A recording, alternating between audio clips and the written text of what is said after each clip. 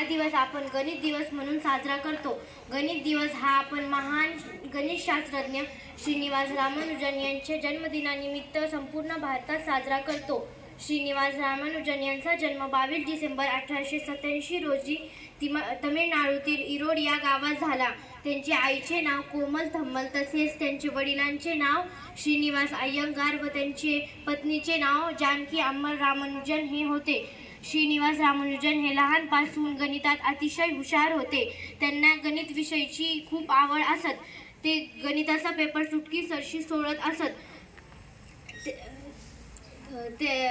प्रत्येक परीक्षेत गणितात त्यांनी पैकीचे पैकी मार्क मिळवले व त्यांच्या अल्प आयुष्यात त्यांनी केलेल्या संशोधनामुळे गणितशास्त्रातील अनेक अभ्यासकांना प्रेरणा मिळाली होती।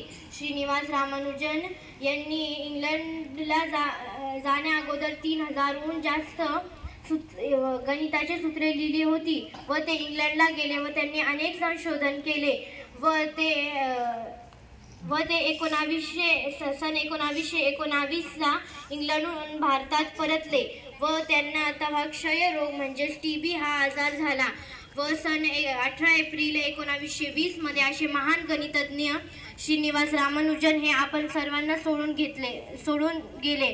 असे बोलून मी माझे 2 शब्द संपवते। जय हिंद, जय भारत।